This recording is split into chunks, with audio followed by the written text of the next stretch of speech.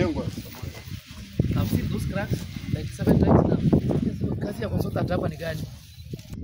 Okay, where is my 99 million? What has it done? So the consultant had a very high rate of turnover for Harris, correct?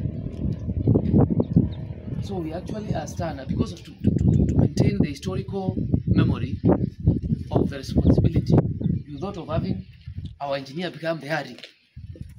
Yeah, that's what I'm saying.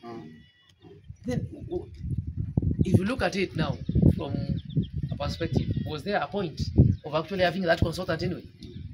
Because the main work of a consultant, the main man on the ground is always the Harry, correct? I know engineering projects are complicated, but this one is getting more complicated